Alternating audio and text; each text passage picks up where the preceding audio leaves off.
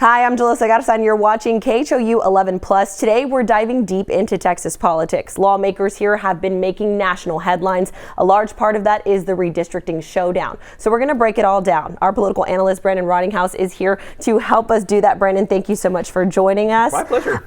Let's start with the basics here, how we got here. Redistricting has been at the heart of lawmakers being at odds lately. Can you just kind of give us a quick refresher for people? What is redistricting? Yeah, so redistricting is a process by which the country, really state by state, redraws its district lines for all the different districts. So that's congressional districts and then the state legislative districts. This happens by the Constitution once every 10 years. Every time there's a census, they redistrict. The goal is basically to be able to capture the kind of dynamics that are happening on the ground, right? You've got changes in population, you've got shifting partisan allegiances. These are things that are designed really to kind of be captured every 10 years through the census. So in effect, we normally do it once every decade, but sometimes we do it more often.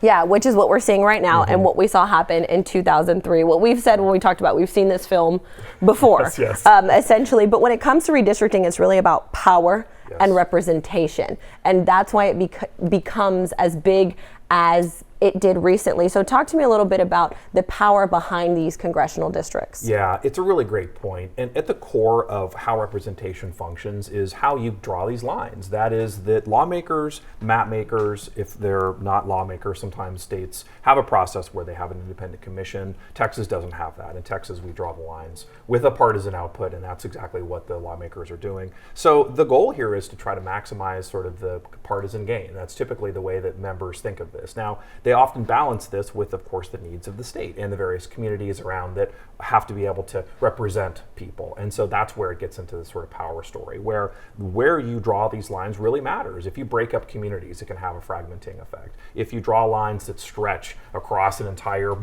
state, as sometimes happens, you can maybe dilute the power of a particular kind of voting bloc. There are legal requirements, and there are very significant numbers of restrictions by law that can be applied to these district lines. So when we talk about it going to court, that's what they'll have to figure out. But at the outset, the question is who gets represented and how that gets reflected in terms of what happens in state legislatures and the national legislature. And, you know, Texas is such a state that's been growing. I mean, you look at just the Houston area, we see Cypress, Katy, the East End, all of these places are growing rapidly. So how does redistricting come into play with a state like Texas that just continues to grow? I know we all make jokes. Everybody wants to move here. Yes, totally true. No, and I think you can see it anytime you drive around, right? The roads are packed and, you know, HEB is always crowded. This is a good thing for Texas. It needs to have this constant growth in order to have its economy strong. It's a tax-based state, so we need people to come here and buy things at Academy and all these sorts of places. But in terms of population for redistricting, it can be challenging because the question is, where is the population now and where might it be in a few years? So map makers are trying to figure out both of those things, and that's a moving target. So what map makers are doing now is relying on the less complete data. The reason redistricting happens after the census is that you've got the freshest data, right? You know where people are because you've already got this covered. But when you try to do it mid-decade, sometimes the data aren't as clear because the trends are not as obvious right now. So what has to happen for Texas is that, like it's done in the past, there's been waves of migration and immigration to Texas. So this is not something the state is, you know, completely new at, but this is a new moment because, like you say, the kind of way that people are coming here has been so interesting, and the big cities are really booming, suburbs are kind of bursting at the seams. And so what has to happen is that the lawmakers and map makers have to design these districts to accommodate and to reflect what's happening on the ground. But this time around, it's not necessarily reflecting what's happening on the ground. It's more of a partisan showdown. Yes. You have a president for probably the first time coming down to Texas lawmakers and saying, redraw your lines. So true. Now, we saw in 2003 an effort from national Republicans to pressure Texas in particular to redraw lines. It didn't come from the president, and it was sort of a suggestion more than a demand. We're in now kind of demand territory, especially with President Trump, who has such a stranglehold in the Republican Party. He tells Texas and other states, he wants them to redistrict. And Texas is very willing to do this, right? The power of Donald Trump's sort of political might is very strong. And so they chose to do this, where other states didn't. So New Hampshire said, we're not sure, we're going to wait. So it's not a guarantee that just because President Trump demands it, that it's going to happen. But it did happen here in Texas. So it's become very partisan as a result. Not surprisingly, the messaging points from Democrats have been that this is something that Donald Trump is telling you to do, so you're just doing it because he's saying it. That's partially true, but what Republicans want to say, kind of to your point, is that the partisan changes are now really reflecting a kind of different type of Texas. And so they want to be able to capture those kinds of changes in the lines that they're drawing. So places like South Texas, where you're seeing Latino voters move more towards the Republican Party. It could be just a kind of fad of the election. It could be just one moment, or it could be durable. We don't know yet. But lawmakers in Texas, the Republicans drawing maps, think this is permanent. So why not redraw the maps to reflect the potential gains that they can get politically? And the potential gains, according to the Republican Party, is keeping it strong in existing districts. Now, talk to me a little bit about that. That's where we really saw the lawmakers come, at odds and eventually break quorum. That's the next word we want to make sure everybody knows. What does quorum mean? Because that's a big piece of this puzzle. Yeah, it's a fascinating dynamic. Now, the quorum has been part of Texas government since really the first Constitution. So this is something that we are very used to seeing. A quorum requires there to be a minimum number of members in the chamber in order to conduct business. This is really what you consider a kind of minority protection, right? And this is the way a lot of governments are designed, including the U.S. government, right? You want to make sure that the minority doesn't feel like they're obligated to participate if there's some kind of a problem, they see procedural issues or process issues. So really it's a protection for the minority viewpoint. And in this case, what the Democrats did with it was to simply leave the state. This is not the first time it's happened, right? This is obviously something that Democrats have used before, mostly Democrats, because Republicans have been in charge for long enough that as a tactic, this really came into vogue kind of more in the mid-2000s. But it's certainly the case that it's happened before then, like in the 1970s. It was hard feelings back then. It was almost a little bit of theater. The kind of fact that they left in the late 70s was a temporary thing. They'd go have drinks or dinner or something, break quorum, and come back the next day. So they were called the Killer Bees as kind of a joke because they didn't know where they would strike. It was almost theater. Literally, one member wore like a bee costume to the floor. So there was a lot of kind of jocularity about it. But by the 2000s, it became blood sport. So having a quorum is critical because it protects minority interests. And the Democrats thought they were being railroaded. And because of the pressure from Donald Trump, they felt like they were really not part of that process the way that they had been in the past. And so was this the longest quorum break that we've seen in Texas? Because I don't believe 2003 went as long as this one did. I could be wrong. Yeah, that went about as long.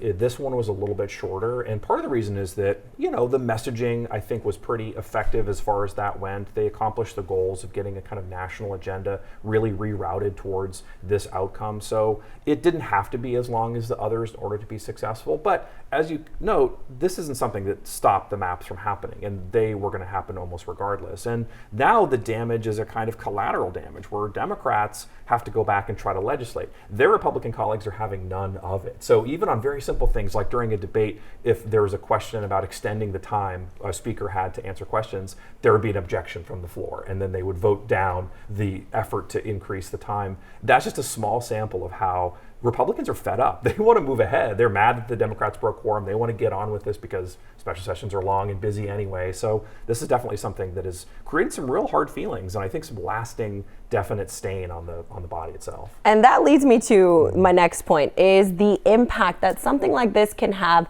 on not just Texas politics, but politics across the state. I know we talked in the past that this could possibly be the last quorum break we ever see in Texas. Governor Abbott adding to a special agenda to talk about that. Yeah. So kind of talk to me about that, the long-term effects. Yeah, there's a lot of bad blood. I mean, it's been brewing for a while, and obviously partisanship is really at its peak kind of nationally, but we're seeing it percolate here in Texas in a way that's definitely something we haven't seen before. So that has been a huge factor in terms of creating this new, very aggressive, very angry dynamic. Friendships have been unraveled. You have kind of less comedy, and so there just isn't a way for them to work together. So to answer your question, the real kind of downside for Democrats is that they're going to have trouble finding relationships to work across the aisle. And most of what the House and Senate does is really not very partisan. It's really just formulaic things. Like they have to kind of keep the trains running on time. People have individual bills that their districts need. They just need someone to kind of work through the process with them. Mostly it's not kind of these controversial bills, but the problem is that it's those other bills that get swept up into this. So the non-controversial bills are going to get in jeopardy because now they can't stand each other. Yeah. And that has a real implication. So I think just the general kind of lack of awareness and sort of ability to come together that's been building for a very long time is going to be the real impact here.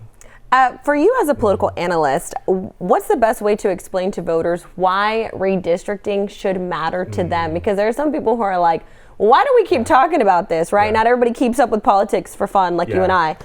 So, what would you tell to Texans across the state? Yeah, I would love for everyone to be a political nerd like us, but because there's a lot to learn from it. And I think you're right. Like, there are real implications to how redistricting works. Like, first of all, if you start moving district lines around, people get confused about where they're supposed to vote. They develop a certain rapport, a certain relationship with those members, and if you change it around, then that's going to attenuate that relationship and maybe cause them not to vote. There's definite sort of scholarship on this to suggest that's a problem.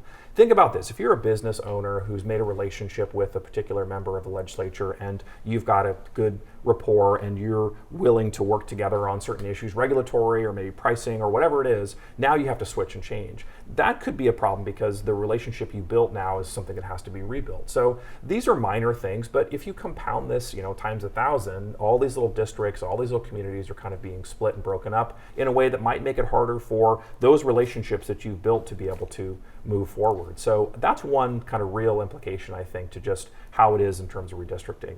The other bigger implication is just the partisan split is going to increase and it's going to keep going on. The kind of rancor we see happening nationally is going to continue. So really, there's no end to this. Unless state legislatures push back and say, we're not going to redistrict, you're going to see this kind of tit for tat strategy for Democrats and Republican states, and they're just going to keep pushing the envelope as far as they can. And at this point, it doesn't look like there's any real resolution to it. So as a result, it becomes just much more partisan. Then you've got these districts which elect very partisan members to a very partisan House and Senate. In that case, then it's hard to be able for them to find a resolution. The number of bills being passed out of the U.S. House and U.S. Senate is at an all-time low. And part of the reason is because they can't get together on things. So that partisanship just grinds everything to a halt. So there are lots of these long-term implications, both for just our communities where we live and how we do business, but also just from the national perspective on how things get done. Now, speaking of the national perspective of how things get done, other states have chimed in throughout this, starting their own redistricting conversations. What is it like for you as a political analyst who's just studied this for so long to see redistricting gain the national spotlight that it's really gained in the past, few weeks? It's dizzying, honestly. There's so much going on. And it's also a little bit sad. I think the fact that these rules are in place to be able to protect everyone's interests and make sure that the populations have the ability to say what they feel and be represented is really important. And I think we're seeing that undone. And that's really lamentable. So this kind of strategy where it's, we're going to keep changing our district lines until, there's some kind of equilibrium just means that it's going to be this partisan fight forever. And at some point, cooler heads have to prevail. You've got to find a way for people just to seek some kind of common ground and say, let's, bypass all of this and do something more different. As a scholar of this and as an analyst of this, one of the things that some states have done that's been successful is to let independent redistricting committees handle this. So as I mentioned before, take it out of the hands of lawmakers because they're going to draw lines that are district-based, that are very partisan-based. That's totally expected. But what you'd like to see happen here is for these lines to reflect the communities and the states that they are coming from. And if we don't have some kind of regulations on that and have the states as a stopping point, then there really won't be any end to any of this. Do you think that the situation in Texas could be an example of maybe every state needs an independent commission? Or do you think it's just going to be more partisan politics? Yeah, I would love to not be on a soapbox on this, but this is something that I do think is important for the state. And I think that every state that's done it, the scholarship is very clear on this, you draw better lines. They're less likely to get challenged in court, which is very expensive and time consuming. They're more likely to reflect the communities that they represent. This is really what we want. We want a kind of smooth process where everyone feels like they've got to be part of the process and where the district lines are drawn in a way that reflects the communities of interest. The alternative is this, and it's not working, right? It's just going to be more and more complicated. So the scholarship is pretty clear that if we have alternatives for how to departisanize this, right, take some of that vitriol out of it, it can work better.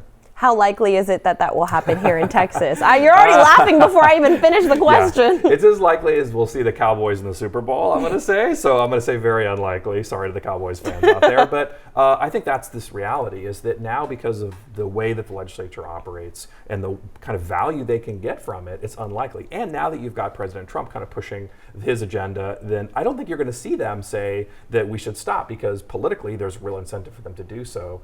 As a result, then we're going to have these endless debates, right, which the Democrats will lose and Republicans will win. They'll go to court. They'll make some changes to these maps. Exactly what the changes look like, we'll see. It depends on the precise kind of problems that lawmakers that the judges find with these maps. But there's a very good chance that some of these maps are going to have to be reoriented. That could delay the primary, which is upcoming. The filing deadline is very soon, and so that could very well kind of push things off in the same way that happened in 2012, where we had a later primary than usual, and it did allow for some changes that would otherwise maybe not have happened to happen. So Ted Cruz is probably a senator because he had extra time to build support and then get elected. So it really matters, sort of the timing of elections, and redistricting and the battles in court can really delay those things. And speaking of the elections, we're talking 2026. Yes. What happens redistricting in the state can impact those elections. It definitely will. Like I said, there's a chance that this could push off a primary. We'll just see kind of how quickly they can get that done. But it certainly will have an effect, because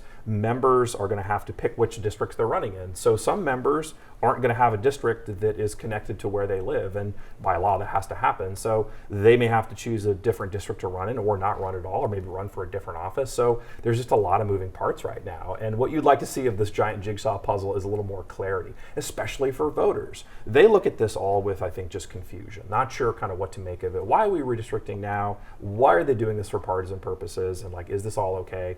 The answer to that is, as we've sort of been saying, that this is legitimate for them to do right now. The courts have allowed this, but it does have a real shakeup effect. So it's like having, a well-designed kind of ant farm, and you shake it. The ants will find new paths, but it's going to take some time. And that confusion for voters could be a potential problem in terms of turnout.